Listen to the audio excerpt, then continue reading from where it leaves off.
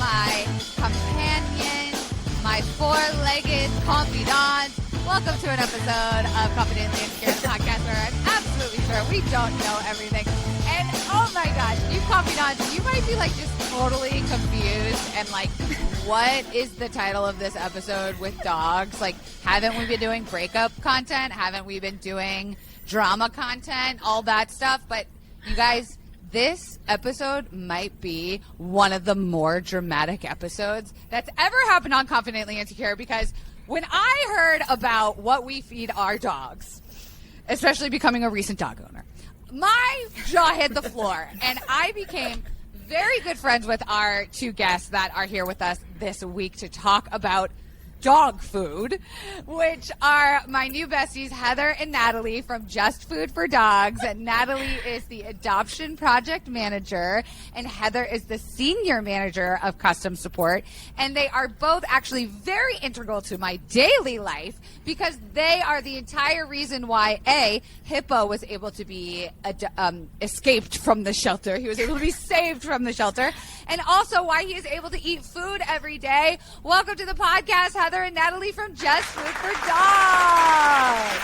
Thank you, Kelsey. It's great to be here. Yay! We're so excited. I have a little clapping sound effect that I've been trying to use, so there it is.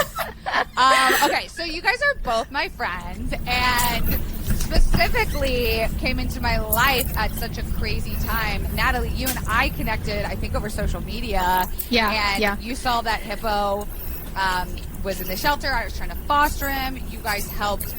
You had friends and people in your lives that helped donate to get him out and into my little greasy fingers. And then once I had him as a foster, you guys reached out to the rescue and were like, we will absolutely feed this dog for life, like whatever he needs. And then when I adopted him, I was like, oh my gosh, it was so great to like work with you guys. And you were like, no, Kelsey, when I said for life, I meant for life. It's not where it ends. That's not how Just Food for Dogs works. No, baby, it's Just Food for Dogs for life. So when we jumped on a call to kind of talk about what Just Food for Dogs does and what the adoptions project does, I mean, you guys remember, I was shocked when we first talked about dog food. Like, I was not prepared for the conversation about dog food and how important quality and grade food that goes into our dogs' mouths and bodies and brains and existence. So can we start with some of the things that you guys told me the very first time we chatted on like our first hour and a half call about why is kibble not so great and how are we all being duped into buying kibble? Well, I think the first part that's important to talk about is kind of the history and how we got here, how we got to this point with pet food, because I know we all want to think kibble was created because it was specifically formulated for the well-being of our dogs, but that's really not what happened. Not at all. That's just what they want you to believe. But prior to 1860, dogs just ate whatever we ate. Whatever you were making for yourself, for your family, that's what was given to your pets. And it was kind of commonly known as just like a dog stew. Whatever you had, you saved a little bit and gave it to your dog. No, we didn't. We did. That's and then so in cute. 1860... there was some guy, James Pratt, he was just a businessman wandering around the UK. He was from Ohio, and he saw sailors there feeding dogs what they would eat on the ships. It was called hardtack, and it was like a basic wheat biscuit with like beetroot and stuff in it.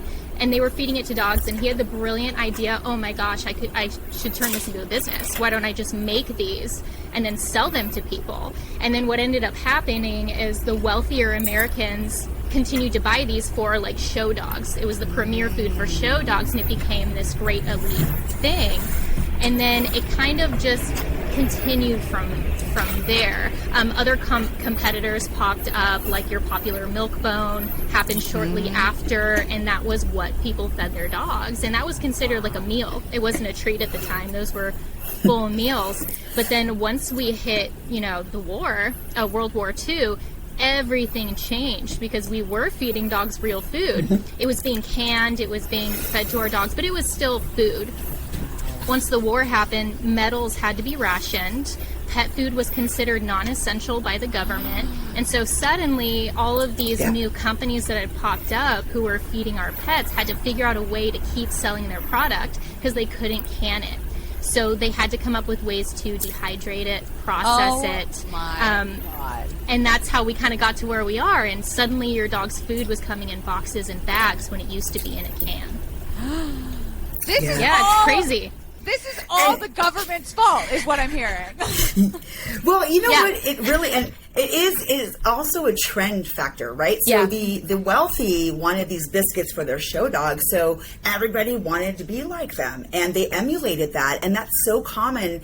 What we experience today, right? And that's so important. That's why we're having this conversation, to put that education out there to help dogs get healthier. You know, and cats, dogs and cats. And cats, that's right. And this is why I was so interested in having this conversation, because you don't even really need to be a dog owner to have this information be important to you. Like, we just got a whole history lesson about dog food that I bet you guys have never heard before.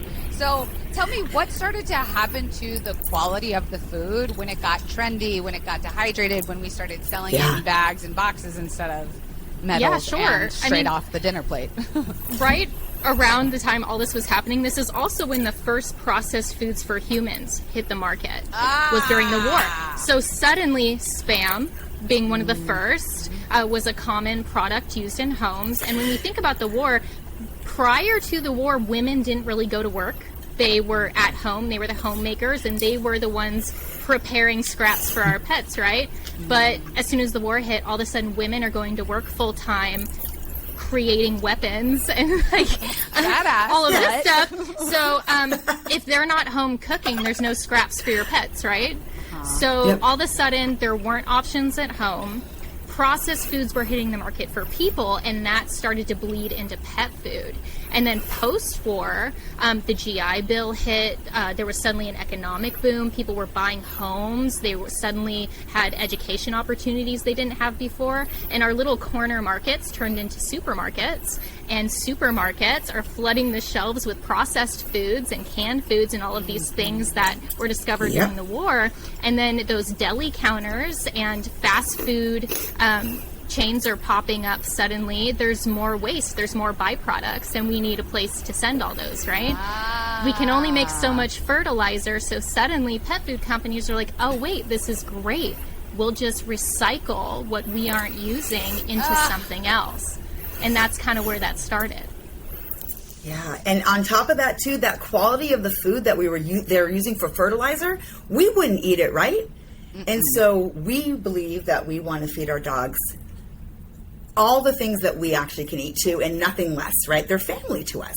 Absolutely. I mean, Hippo, I birthed Hippo. He came out of my vagina. You did? He's my son. Yes. He's asleep. Otherwise, he'd be in this episode with me. So, like, talking about, I remember, like, so much that we don't know about our dog's food, because these companies are all kind of owned by, like, you know, every business is owned and operated by like 4 major businesses. So there is this sort of trickle down effect where, oh, if the supermarket that I own isn't using these scraps, then I'm going to put the scraps into this dog food company that I own. But then you blow that up to like a major global scale. Can you talk a little bit about like the behind the scenes connections of these companies that we don't know? Oh yeah, I mean, it's funny because it's a great business model, but it is not beneficial to your pet's health. One great representation of this is in the 1950s. 1970s, sorry. It was Colgate Palmolive bought Hills, which was a smaller company at the time. And they decided, hey, we had such great success with marketing our toothpaste through dentists, because people trust their dentists, right? Why don't we start marketing our pet food through veterinarians and make it this like special thing? And people trust their veterinarians. So all of a sudden they're like, this is great. We'll just let veterinarians do the marketing for us. And it blew up. And suddenly Hills was this big name in the pet food industry when it wasn't before. I literally use Hills. Like, I was using Hills to out myself before. I mean, we know that they're, you know, the veterinary prescription, whatever. We'll get there. Yeah, we'll get there. Yeah. So that is quite That is quite a scam. I didn't even realize that. Of course, I'm buying the food that my vet tells me to. Why am I not doing my own research? Why am I not? Now I see why there are people out there who don't brush their teeth at all and claim that it's like super healthy because they're like, your body takes care of itself. No, I won't go that far. So we start getting scammed essentially, and we are getting further and further away from knowing what's actually going into our dog's food. Exactly. We're suddenly just blanketly like trusting what's being sold to us. And that's where there kind of became a problem, as people weren't necessarily thinking for themselves anymore. But we trust our vets. I mean, we need to, right? Mm-hmm. Well, we should. And we should be able to. That's something that, we'll get to it, but So with the blinders kind of starting to go over our eyes as Americans, and the ease of just being able to get this kind of kibble becomes more accessible, what starts happening to kind of the quality of the food?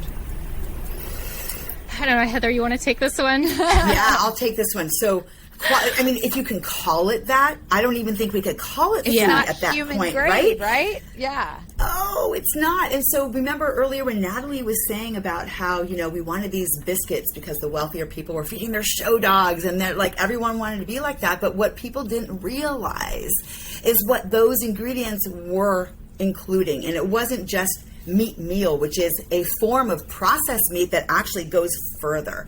So they burn the meat basically down to a powder. They call it meal, and they can actually get more volume. So it was all a business model about getting more out of that, getting more bang for your buck, basically. And so what the quality turned out to be is called feed grade. And back, I believe, in 1909, there was it was a private company called AFCO, the American Association's Officials of Pet Food Industry, and they actually were regulating pet food back in the day. Okay, long story short, today they are reputable for many reasons. They don't regulate anymore, but they do have this thing called the official publication, or the OP, and anyone can access it. It shows you what's allowed in pet food, and the ingredients that are allowed are atrocious. First of all, Heather, tell me so. it gets worse though, you guys. It gets worse. So they actually they categorize dogs and cats as feed grade animals. Feed grade animals, meaning they're getting ready to be slaughtered for food consumption, and we certainly do not consider our dogs and cats that at all, ever in America. They are our families. Sometimes they're even more than family to us, right? In that sense. So, this food that they call feed grade is really, it's a front for something that means it includes toxins, especially mycotoxins. It can include atrocious things like dried poultry waste or dried bird poop. Basically. It can include things called hemicellulose extract, which is such a scientific term, but all that means is sawdust. And that is considered to be fiber, which is considered to be okay for feed grade animals. So the reason why I said earlier, Kelsey, that if you can call the commercial pet food that we have today food, is because we don't really know what's in it. Right. So here we have feed grade food that's put into commercial pet food, and there are people like all of us here just kind of scratching our head like, why am I feeding my dog this kibble? We're always on that search for the best kibble, the best raw, the best everything. And the story will open up after that to whole food and how we came to be. And I just want to reiterate, what feed grade means is that it's the food that's acceptable enough for the animals that we eat as food, right? So cows, chickens, those animals that need feed, literally, that need feed so that we can then feed upon them. So we're feeding our dogs the same food not that chickens and cows deserve any less. I mean, that's why you're seeing all these free range and fed the best diet type of we have ethics now when we're breeding our meat, but we're feeding our dogs and cats the same grade of food that we're giving to animals that are literally a business of and those animals that we're feeding that are for our consumption, we're obviously not feeding them for health, for longevity. No, we're feeding them. They are going to die. For business, yeah. Exactly. To beef them up. beef mom. And then also another thing, Kelsey, to add to what you were saying about like the quality. So the biggest difference, if our audience wants to understand, what's the difference between feed grade food and then human grade food, or what the human industry calls is food grade. The biggest difference is that feed grade is not safe for human consumption, and it has actually been rejected from the human food chain. So we cannot, on labels, you will see sometimes on pet food labels, it will say in very small print, wash your hands after handling, or it may say not safe for human consumption, wash your hands after handling, in very small print. Well, what does that tell you? That begs the question as to what am I giving my dog or my cat? My goodness. Human grade food is, of course, highly regulated by the USDA and the FDA. And at that point, every single time it's transported, it is with care, either refrigerated or frozen. And it is very mindfully handled. Whereas feed grade food, you'll be on the freeway and you see those big trucks with the tarp slumped over, and you'll see like, what's in that? Well, oftentimes those big trucks with those tarps with no refrigeration, those are the feed grade foods that are going to the kibble factories and all that stuff being ready to be processed. It's a big deal. Like I said, you guys, when I first talked to Heather and Natalie, they basically gave me the whole podcast episode the first time we talked. Like, my jaw just kept hitting the floor. I couldn't believe it. And I started to feel a little guilty because when I was 20, when I got my 2 cats, right, I'm just such a softie. I couldn't let them go. They were at a high kill shelter, and I didn't have a lot of money. And so my thing was like, I just need to get them food and like whatever's vet approved and what's in the grocery store, which ended up, whatever, I'll name drop, I don't care, like Friskies or Meow Mix or whatever, were commercialized to high heaven. We see the cat commercials, and boy, do I look at those differently. I don't see a lot of commercials now, but I judge the shit out of them when I see them, where it's like the cats look so happy and healthy and their skin and fur is so soft. And I'm like, that is the definition of Hollywooding up a cat or a dog for a commercial, where they put it in a gorgeous little crystal bowl. You also, one thing, you should never feel guilty for what you didn't know. What you didn't know. You're right. You're right. We have pet owners all over who love their pets to the moon and back, would kill for their pets, who are doing what they know and what they truly believe is right. And that's always important to remember. It's important to remember that even now, we spoke about Hills. I am in no way saying that the people who work at Hills are evil or have bad intentions or anything like that. We're talking about the inception, how this originally came to be and what the intentions were behind it. And once they you weren't hear the it, most you honest. can't unhear it. That's where I keep going back to. Is like, once you hear it, if you then keep choosing to kind of feed your animal who's got these health problems, that's got, these teeth problems, I would love if one of you guys mentioned the fact about the sugar, because when I was trying to switch my cat off of their kibble to just food for dogs/cats, you guys told me a very interesting fact about kibble that I could not believe. Oh, I'll take this one. Okay, so let's talk. It makes me so sad. Honestly, I get really emotional about this. So, all right, you guys. So, I am a big believer of educating knowledge is power. It's cliche, but it's true. Let's just face it, right? And so the more I learned about what was allowed in the commercial pet food, the more it actually really hit me hard. And I felt this insatiable need to share this message. And I was, by the way, I was a customer before I joined the team here at Just Food for Dogs. And I became like my own proclaimed brand ambassador because I couldn't help myself. I felt like if I didn't share this with my friends and family and everybody I met, that I was doing a disservice to humankind almost, And so let's talk more about cats. And what you were alluding to, Kelsey, is that cats, by the way, a little lesson here, they're obligate carnivores. And what does an obligate carnivore mean? It means that cats are genetically predisposed to needing to eat mostly protein, that they turn that into energy and then they thrive, right? So when you think about what a cat will hunt on its own outside, they hunt mice or birds and things like that, almost pure protein. Now, those animals do eat a little bit of grain, right? But it's so minute that cats are considered to be obligate carnivores for many reasons, okay? So when you look at commercial cat food and you look at the ingredients in there, there's sugar, there's carbohydrates. It literally is addicting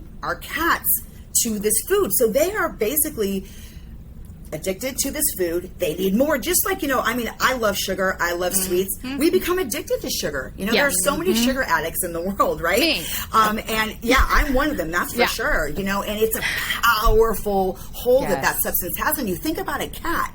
They're like, kind of feral in and of themselves, even if they are domesticated. And so they want to eat that kibble. So it's really hard to break that habit because they're addicted to it. And it was definitely a wake-up call for me, being like, oh my gosh, again, I didn't realize. I thought, hey, I'm going to put this Just Food for Dogs / cats right in front of him, and he's going to be like, oh my God, salmon, I love salmon. But he was so confused because he had been addicted to sugar, aka this kibble. And let me tell you, my cats do not have the nicest teeth or the nicest breath. And I just thought it was old age. Those my sweet boys, they're 12. But now I'm like, wow, what I've been putting in their bodies for so long because of what I knew and what I thought was correct has shaped their health. So kind of switching over to what Just Food for Dogs is, what is it about what you guys, first of all, like what you guys are doing with like the Peppa adoption project and things like that, but what you guys are doing as a company as a whole, your motto and your slogan about them living longer is not like a cutesy little marketing tactic. It's like literally science-backed. So tell me about it. And I know Natalie and I both want to simultaneously jump in here because we're both like, yes, because you guys, everything at Just Food for Dogs, it's a movement. It is a movement. It's not just, this is just like this food company. No, we are a group of people who give a damn. We care. And we do this because it fills our bucket. It's our indelible footprint that we'll be leaving on this earth. It's our legacy, so to speak, right? And I'm not being corny. I'm being totally serious. I know. With that said, if you ask somebody the question, like, what is Just Food for Dogs? Natalie, what is Just Food for Dogs? What is it? Just Food for Dogs is, I like to say it's simplicity. It's going back to what we used to do. It's all whole, human-grade, real foods, and we feed that with the goal of providing dogs and cats with more life, more years, and more love. We want them to be around longer and have more fulfilled, healthy lives, and we can do that through nutrition, or we can at least support that through nutrition and going back to basics and feeding real food. Yeah. And Kelsey, if you were to ever if your listeners take one thing away from this, okay, the reason why we exist as a company, what feeds us, what fuels us, is one simple statement.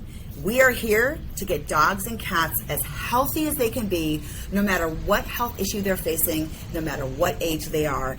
And doesn't matter what they look like, doesn't matter what show status they have or adoption status they have, every dog and cat deserves the opportunity to eat the best food that's going to help them thrive. And we want them around as long as they can be, right? Because they bring so much unconditional love and substance to our lives. So we are here to get dogs and cats healthier. We will never cut corners. What does that mean? It means that we will always use food that we will eat ourselves. So it's human-grade food. We will always be vet-centric. We have a team of veterinarians that work for our company that actually pilot everything we do, from our supplements to our snacks to our food, all right? And what that means also is that we do our own clinical research. Just like those big pharmaceutical companies are researching their drugs, we actually have proven and published clinical data in reputable veterinary journals that shows that our food is healthy, that it helps boost the immune system, and a lot of other things too. So we are actually very well respected by the veterinarian community throughout the United States because we are speaking the language of veterinarians, which is research. They want to see the research. So that is something that makes me feel, you can tell I'm all crazy right now because I'm very passionate. We love it. But research speaks to me too, because you cannot argue when something is statistically significant, right? It's not an opinion. It actually has been proven. And that's what we are very, very prideful here. And we're hardcore about our research. That's so important, especially in the day of like fake news and curated information. Like we've been spending all of these years believing that this X brand is what you feed your animals, and having the ability to kind of do your own research, to make your own decisions. And again, once you hear it, you can't go back. So I'd love to hear a little bit about what some of the health issues that pet owners might not think of right off, the obvious issues like diarrhea that their dog's food can play on or cat's food can play on their health. Well, we love talking about poop, don't we, Natalie? We do.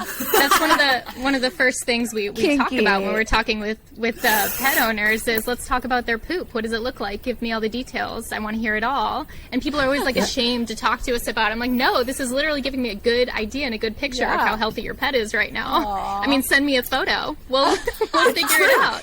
Your camera rolls must be atrocious. They're interesting. And you guys, we even have a study that was published out of the University of Illinois. The primary investigator's name is Dr. Kelly Swanson. He's an amazing researcher, and he looks at the microbiome. So he looks at poop, basically.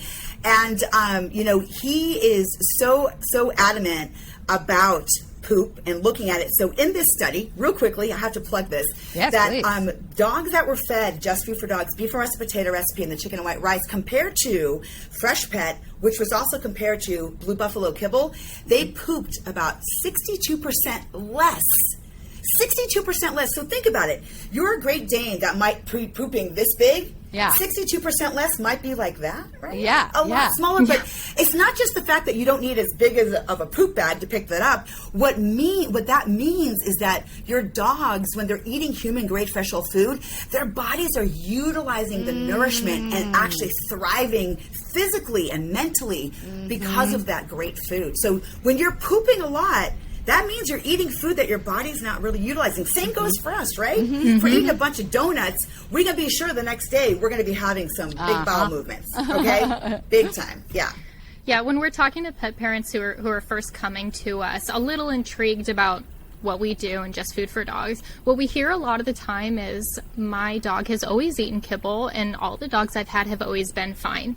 And the question I like to pose is, have they been fine, or did you never get to see them at their best? Ooh! That's what the thought I like to put in there. Have you never seen them with that little more energy, with a slightly shinier coat, smaller poop, like better teeth? Exactly. Like there are things they just may not have experienced. So what they're used to them is the norm. And I'm not. Once again, I never, ever want a pet parent to think that they've done anything wrong. No, we don't know. By doing, exactly. And I want anyone out there who's interested in Just Food for Dogs or trying something different to know that when you come ask us questions, when you start to research it, when you come into one of our locations, it's a long-term relationship. It is not transactional, and we're going to help you figure it out. So when you come to me and you tell me your dog has had diarrhea on and off for years and you can't figure it out, I'm going to work with you on it, and you can text me, you can call me, you can email me, and we will continue to figure it out. We are your partners in your pet's health long-term. Not short term. I can't even tell you, like, you guys have truly become, I talk about my Just Food for Dogs kitchen in West Hollywood, that they are like family. It's Hippo's favorite place to go. Like, I arguably get to see them more than I get to see you guys. And, like, Hippo runs straight through the door. I just let go of his leash at this point because he knows exactly where to go. He knows the manager, Joe. He knows where they keep the treats. So he goes directly into, like, the bottom barrel basket where he knows the treats are. They all come out from behind the kitchen. They all come and talk to Hippo. He gets probably a whole bag of treats by the time we're standing there.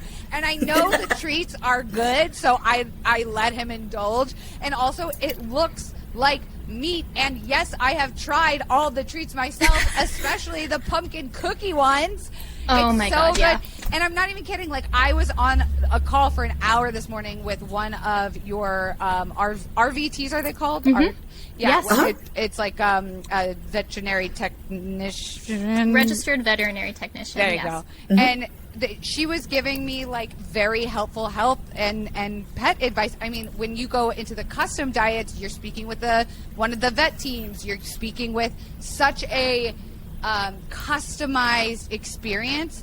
It's like, we can't expect that we're all going to feed humans McDonald's. I mean, I can say these things. Like, we're going to feed humans McDonald's every day, and we all eat McDonald's. That's basically what we're doing with our animals. It's like, no, if we have custom dietary needs, why wouldn't our pets? And I'm getting all revved up the way you guys are because I believe the same thing. Kelsey, I got to jump in there. At least McDonald's is considered to be human grade. It's actually okay. Dog food isn't. Commercial dog food isn't. So we really pride ourselves on the fact that we do have our own brick and mortar locations. Like you mentioned, Kelsey, we have our own kitchens. All of our food is made by human hands in small handcrafted batches, just like you do at home in your kitchens. You know, you chop up some vegetables, saute some meat, boil some potatoes, put it together, and you've got a meal for them. And speaking of cooking in your kitchens, we can help you do that. Tell us more. If you want to keep cooking at home by yourself, we can support you in that. We have DIY kits, so we can basically give you a recipe, give you a nutrient blend to make sure it's completely nutritionally balanced for your pet. You can go to the grocery store and buy all of the ingredients yourself. You can purchase them all organic if you'd like, and you can cook it at home. And there are tutorials and videos online to kind of show you how to do it and what it looks like. It's not difficult. If you have an Instant Pot, even better. Toss it all in there and you can cook yourself. We're here to meet you wherever you are. If you can't purchase it full time from one of our locations or online, you can cook it yourself. We have bulk options at our kitchens, which is really great. You can buy it fresh, so that's awesome, and then portion it out yourself at home with some good savings there. There's lots of options, and if this isn't something you feel you can commit to right now, cool. Yeah. Better some whole foods than none. So if they get it once in a while, great. If you can just replace one treat in your cabinet with something that's human grade, do that. There's no shame in that at all, and we're here to support you with that.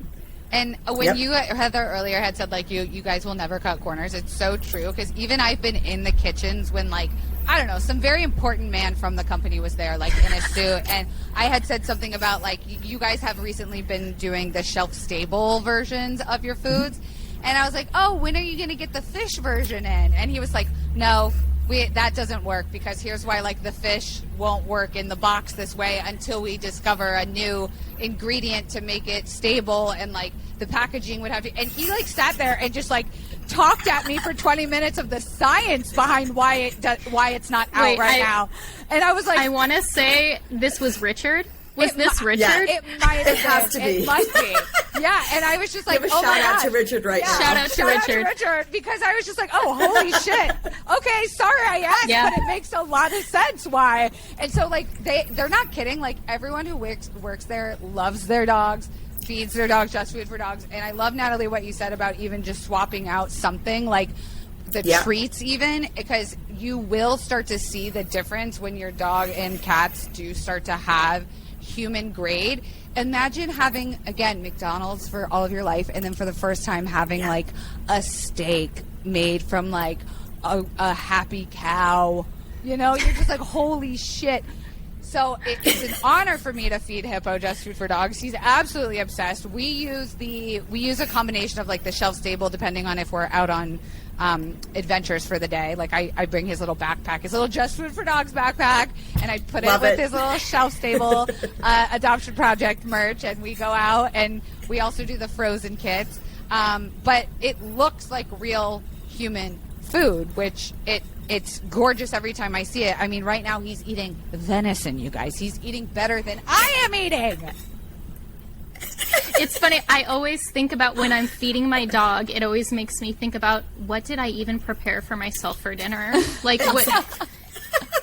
I really need to rethink what I'm putting in my own body. But that's the other thing, is there's such a disconnect, I think, between what we find acceptable for ourselves in our own meals and then what we feed our pets. And as time has gone on, we've become really focused on our long-term health and fitness and being better to ourselves, but that isn't translating into what we're doing for our pets. And I'm hoping that we can start to speed that up and see the crossover and have people think about their pets' meals the same way they think about their own. Amen. You know, it's sort of like untwist. You know, when you get your Christmas lights out and they're all in this big bundle, and you're like, you know, you're like, my God. So that's kind of how I felt before I switched my dogs to whole food, human grade whole food. Is like I had this entanglement of kibble and raw and this and that, and it was like, oh my God, my head's gonna explode. So basically what it is going back to basics. It's just food, hence our name, Just Food for Dogs. And I love to share this. Our name actually is a double entendre on the word just. So it's like just, like justice, but it's just food. It's just food. I Nothing never thought of it weird that about way. it. Isn't that cool? Yeah. It makes a lot of sense. Well, I'd love to hear more, too, about the adoption project, because that's very important and I know very near and dear to y'all's heart. So can you tell me a little bit about that, what you guys are doing and what we can expect from you in the future? I know you got a lot of exciting things coming up with it. I know. How much time do you have? Because I could talk about this for a very long time. Right? The adoption project overall is like the heart and soul of Just Food for Dogs, because Just Food for Dogs was founded because our founder, Sean Buckley, adopted his first dog from a shelter. He adopted Simon, and that is how we were founded, was because we wanted to do better for a rescue dog. So it makes sense now that we have a full-fledged department that supports dogs in rescue scenarios. So my department, the Adoption Project, helps by partnering with different rescues that also believe fresh food is the way to go. And we feed all the dogs in their care. All of them. All the ones on site, all the ones in foster. And then we also send home the adopting pet parents with 2 weeks worth of food. And we do long-term follow-up. We want to, once again, like I said, partner with you long-term. We check in. How is Sparky doing? Is he loving his new home? Has he settled in well? Has the diarrhea subsided from his anxiety? Is he digesting everything okay? Like, we're here to help you. And we're hoping that people have such a great experience with that they'll continue rescuing, continue feeding Just Food for Dogs, and keep the whole mission going. And then through the Adoption Project, I also handle a lot of sponsorships, and that's kind of how we got hooked up with Hippo. Yeah. Shout out to I Stand With My Pack. Yes. Absolutely wonderful organization. Yes. We love them so much. And they needed help with Hippo, and I wanted to help them. And like, so I reached out. When you say help, I mean, like, you guys showed out and, like, continue to show out. And you've seen, like, Natalie, you've met him in person a million times. You saw the condition he was in when I got him. I mean, it he was had rough. Skin flaking off, like, recurrent yeast infections, conjunctivitis, bacterial. His poop, talk about scary poop. Like, oh, my God. And just the difference in the way he looks, his coat, his energy, his temperament. I think he might even be smarter now because of it. I'd like to think that's also a little bit of like my training and his people skills. But, like, of course it is. You guys have seen, I mean, talk about like a true testament to what it is. All you have to do is look at Hippo's before photos and where he is now, and it's his before photo is one of the most heartbreaking things I've ever seen. I mean, it looks like he's crying. His poor little nose was all cracked. He was red, like his whole body was like red. You could just tell he looked uncomfortable, and it just ripped my heart out. So I just reached out to the rescue and said, I will feed this dog. Like, if we can get him pulled, which one of my friends donated money to have him pulled. Yes, shout out to your so friend. happy. Shout out to Chris. Chris, what up? Yeah, yes, woo, Chris. Got him out of the shelter, and I'm just so happy that we've been able to support him because he really pulled at my heartstrings, and it killed me. And now I'm so happy he's with you, which it is so funny to me that you did not know he was like your dog the second he ended up in your care. Because it was denial. I knew, but I was in denial because I was like, well, if I do this, then I can't foster anymore, possibly. And then I was like, not true. Yeah, not true. You're a proud foster failure. Yeah. We all fail in life, and this is a good one. It's a good failure. And I've already had multiple dogs with Hippo multiple times. We're actually going to dog sit a dog Sunday through Wednesday next week. So it's like nothing much has changed except for how great and awesome his skin looks. No, it's an honor for us to be able to support him, and we want to keep doing this through the Adoption Project. We want to keep helping dogs, whether it's individual sponsorships for dogs who just need a little extra support, or for full-blown partnerships where we feed everybody. We have some really fun merch coming out soon for some of our locations. Some really cute dog shirts and bandanas and treat pouches, and if you purchase one of those, you're helping fund the feeding of rescue dogs. So we're excited. and what like a great way to see exactly like where it's going to, you know, like I'll always donate to rescues and shelters and stuff, but to have like a dog's name and face in mind, knowing where it's going to, and you know, the events that Just Food for Dogs puts on, you guys are everywhere. You guys are constantly like in the philanthropy aspect, like you guys walk the walk and talk the talk, no pun intended with the walking of dogs, but like you guys are everywhere. And I'm so proud because there are a lot of choices when, you know, you're feeding food to your dogs, but even smaller when you're feeding human grade food. And so this is by far, and you know, I've been since I've heard from you guys, I've been screaming to my friends, you know, the audience obviously knows Zach and Lauren, two of my best friends. Their dogs, Moose and Bowie, eat Just Food for Dogs. Like, we are recruiting. It is my side mission outside of the entertainment business to recruit as many Just Food for Dogs as humanly possible. But I can't believe we are almost out of time because I could literally sit here and talk to you both forever. Tell me anything more that you'd love to brag about with Just Food for Dogs. What do the audience members, the confidants, need to know about Just Food for Dogs?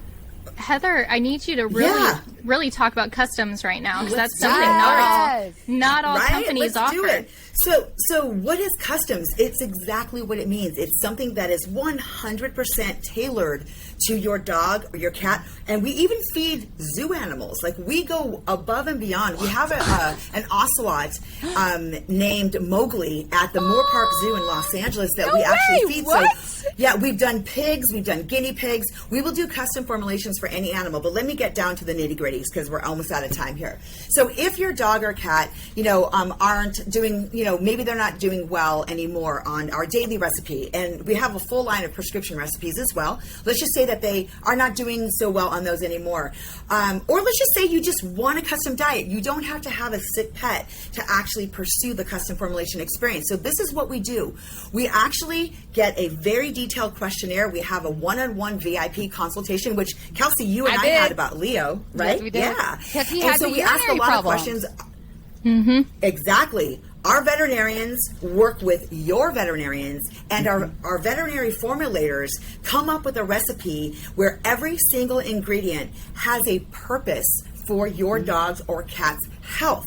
So, for instance, if broccoli is going to help your dog or cat in a certain way, that ingredient will be present because of the scientific data that supports that. So what you end up with in the end is you end up with a recipe that, first of all, you know, it is truly custom because we make it 100% for it has your their baby. name on it. And it said like Leo. They have their name on it, and each package that you each package you receive is the daily amount that you feed your baby. But the cool thing about it too is, Natalie mentioned earlier, Kelsey, is that not only can you buy the food that's cooked by our chefs in our customs kitchen, which is located where we are right now in Irvine, California, but you can also purchase your custom formulation in a DIY, and it's very affordable. And like we mentioned earlier, all dogs and cats deserve the opportunity to eat the best food. And that's why we really pride ourselves on mission-based pricing. And that's what I love to leave my conversation here with is we are on this mission, this movement to help dogs and cats get as healthy as they can be because we love them.